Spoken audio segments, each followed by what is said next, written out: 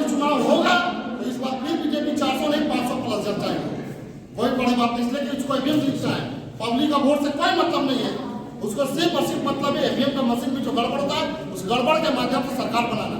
देश पूरा देश को देना चाहते हैं, देश का जनता जाग चुकी है, देश को बचाना होगा गुलामी से, ईवीएम को हटाना। जैसे जैसे लोकसभा चुनाव नज़दीक आता जा रहा है वैसे वैसे ईवीएम का विरोध दिखने लगा है। वहीं झारखंड के आदिवासी नेता भी इस कड़ी में शामिल हो गए हैं। ईवीएम के खिलाफ झारखंड के आदिवासी नेता भी विरोध जताना शुरू कर दिए हैं। झारखंड की राजधानी रांची में 2 मार्च को ईवीएम से चुनाव कराने के विरोध में विरोध प्रदर्शन आदिवासी समुदाय करेंगे। ऐसे में आप खुद सुनिए क्या है वजह कि ईवीएम का विरोध कर रहे हैं आदिवासी नेता। तो लोकसभा चुनाव शुरू होने जा रहा है और उसके ठीक पहले ईवीएम को लेकर के एक बड़ा आंदोलन जो आदिवासी समुदाय के लोग हैं वो करने जा रहे हैं।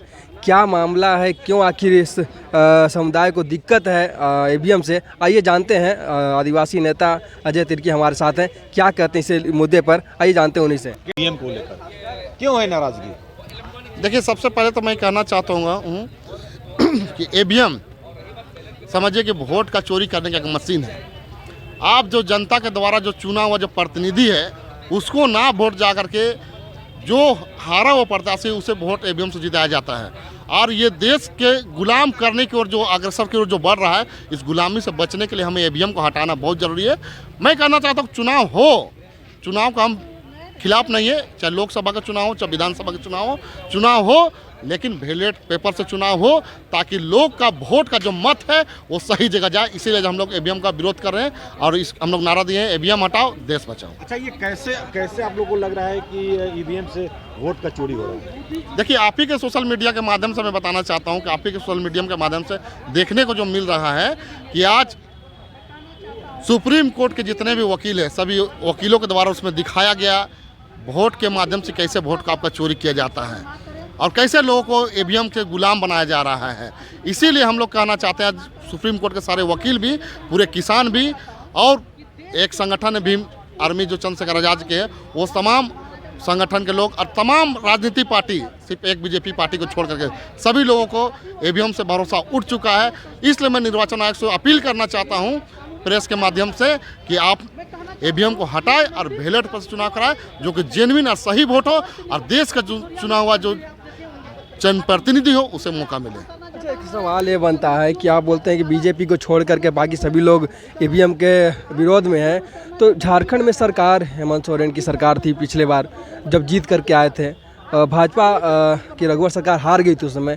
तो अगर ईवीएम हैकी होता, भाजपा को हैकी करना होता तो झारखंड में सरकार बना लेते, या फिर छत्तीसगढ़ में हार गए तो उसमें छत्तीसगढ़ में सरकार बन जाती, राजस्थान में हार गए तो वहाँ सरकार बना लेते, तेलंगाना में सरकार बना लेते। तो फिर भी अगर वैसा होता कि हैक हो रहा है तो वहाँ भी हैक करके बना सकते थे, लेकिन क्यों नहीं बनाए वो लोग? देखिए, कुछ जगह पे एकदम मार्जिन थोड़ा मोड़ा कर करके जीता जाता है और कुछ जगह पे स्वतंत्र रूप से छोड़ दिया जाता है ताकि लोगों को ये भरोसा और विश्वास हो जाए कि बोलने का भी मौका मिले विपक्ष को, जो बीजेपी के लोग बैठे हुए हैं कि देखा ना आपने तो वहाँ जीता, इस तरह से आपने कहा सवाल किया, देखिए वहाँ जीते राजस्थान जीते, छत्तीसगढ़ में जीते, कुछ जगह में झारखंड जीते। इस तरह कहने के लिए सिर्फ कुछ राज्यों को स्वतंत्र रूप से छोड़ दिया जाता है कि जो ईवीएम का सही जेन्युइन चुनाव हो उस पर हो।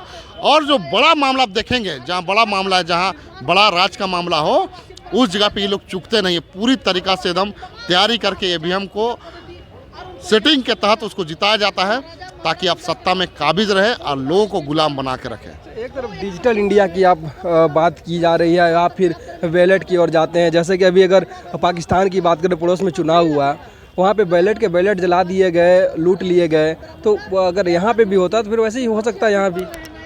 देखिए, कि मैं बता देना चाहता हूँ, बैलेट से जो चुनाव होता है उस पर कुछ भी गड़बड़ी होगी, गलती होगी तो उसको पकड़ा जा सकता है। लेकिन आप ईवीएम से चुनाव कराइएगा और ईवीएम से कुछ गड़बड़ी होती है, वो बड़ा पैमाने पे गलती होती है तो वो पकड़ा नहीं जाता। और मैं साफ तौर से कहना चाहता हूँ, देश डिजिटल की ओर बढ़ रहा है, बढ़े, इसमें हम लोग को कोई दिक्कत नहीं है। लेकिन जो देश आज जापान जो बनाया है, उस जापान भी तो आज कितना विकसित है, आज इंडिया से बहुत ज़्यादा विकसित है, सब मानते हैं, आप भी मानते हैं, हम भी मानते हैं।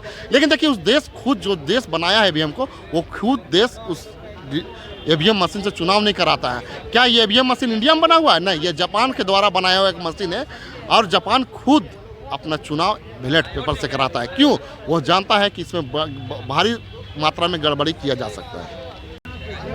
इसका जो आंदोलन है आपका ईवीएम हटाओ, ये कब से शुरू होगा झारखंड में और कब से आप सड़कों पर उतरिएगा इसलिए? आपको बता दें तो जो 2 मार्च को हम लोग जयपाल सिंह मुंडा के पास जुटेंगे 4 बजे और वहाँ से फिर हम लोग पैदल मार्च करते हुए अल्बर्ट टेका जाएंगे। वहाँ पर ईवीएम के द्वारा जो डेमो बना हुआ रहेगा उस डेमो को हम लोग वहाँ पर जलाएंगे और फिर वहाँ से हम लोग पैदल मार्च करते हुए मोराबादी बापू वाटिका के पास आएंगे और वहाँ पर उस दिन का कार्यक्रम को हम लोग समापन करेंगे। तो एक अहम मुद्दा है, आप लोगों ने ईवीएम को लेकर के एक मुहिम छेड़ रखा है, क्या कहेंगे इस पर? ईवीएम के खिलाफ देश भर में लड़ाई चल रही है और जो ईवीएम में खेल हो रहा है, हमारा मानना है कि बैलेट पेपर से चुनाव होना चाहिए और वो चुनाव के जरिए लोगों का जो लोक अधिकार है, जनमत है, उसको हैक किया जा रहा है, उसको चुराया जा रहा है और सत्ता सरकार बनाई जा रही है।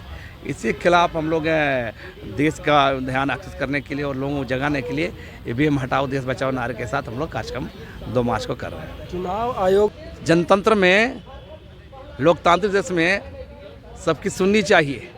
जब जनता का व्यापक जनसमूह जब लड़ाई लड़ता है तो चुनाव आयोग डिक्टेटरशिप का सरकार का एजेंसी बन के रहेगा, ये तो बर्दाश्त नहीं होगा और आने वाले कल में जनता की लड़ाई बढ़ेगी देश पैमाने पर, तो ये चुनाव को भी देखा जाएगा। ईवीएम तो इसलिए लाया गया था ना कि कागज बहुत दिनों लगते थे चुनाव प्रक्रिया होने में, गिनती होने बहुत दिन लगते थे, इसलिए ईवीएम को लाया गया कि जल्दी से चुनाव प्रक्रिया निपटा लिया जाए, कम समय में हो जाए, कागज की बचत हो, इस तरह की प्रक्रिया थी, जंगल कटने से बचे। तो फिर दोबारा आप उसी ओर कहे जा रहे हैं। सवाल भरोसा का है। सरकार क्यों, ये भारत का संविधान में लोक कल्याणकारी गणराज्य का सपना क्यों किया जाता है? हर चीज़ बिजनेस के हिसाब से सोचेगा का? बनिया के हिसाब से इलेक्शन कमीशन और राज्य सरकार सोचेगी का? सवाल जनता का विश्वास। किसी भी लोकतंत्र का मूल आधार है वहाँ के लोगों का उसके तमाम प्रक्रियाओं पर विश्वास करना होता है। ये इलेक्शन कमीशन कौन तय होता है कि खर्चा बचेगा नहीं बचेगा? तो कल तो हमारा बहुत सारी चीज़ पर, बहुत सारे स्वास्थ्य जो शिक्षा स्वास्थ्य पर संस्थान बंद कर देना चाहिए अगर सब बात है तो। मेरा कहना ये बात फालतू तर्क है। मतलब आप ईवीएम हटाना ही चाहते हैं? ईवीएम हटना चाहिए। ईवीएम पर लोगों को भरोसा नहीं है, आम जनमानस को भरोसा नहीं है। पहले एक सवाल हो रहा है इसमें कि पहले बैलेट की बात करें, बैलेट की, तो बैलेट को तो लूट लिया जाता था, तो फिर लूटपाट चालू हो जाएगा। नहीं तो ये प्रशासन सरकार किस लिए है? सत्ता क्यों है? सरकार क्यों है? संस्थाएं क्यों है? इतना पुलिस फोर्स क्यों है? कल बोले कल देश लूट लिया जाएगा, आपके पास ये हथियार नहीं है, तो ये सब ये तर्क थोड़े है। तो आप तो ईवीएम को भरोसा कर नहीं कि सरकार ईवीएम हैक कर रही है, तो फिर बैलेट पे कैसे भरोसा कर लीजिएगा? जनतंत्र में जनता का भरोसा बड़ा चीज़ होता है। जनता का भरोसा जीते इलेक्शन कमीशन पर, चुनाव प्रक्रिया पर, बैलेट पेपर चुनाव प्रक्रिया पर भरोसा नहीं जनता को। जनता का भरोसा की बात कर रहे हैं लोग, जैसा कि आप लोग अभी दारू और पैसे की बात कर रहे थे। ये तो लोगों को जगाने की बात है। लोग सही में दारू हड़िया से बहुत लोग ये होता है, पीछा चतना वाले इलाका में सब आदिवासियों पर, दलितों पर होता है, तो ये तो जन जागरण का मामला है, इससे भी बचना चाहिए। कैसे क्या जान दीजिएगा, क्या संदेश दीजिएगा? हमारा कहना है कि लोकतंत्र में जो वोट होता है, वोट का अपना महत्व होता है और हम अपना वोट सोच समझ कर दीजिए। हम लोग यही आह्वान करेंगे, दारू हड़िया चखना रुपया पैसा से जाति धर्म के आधार पर नहीं बिकिए और एक जनता का अपना सही वोट दे सके।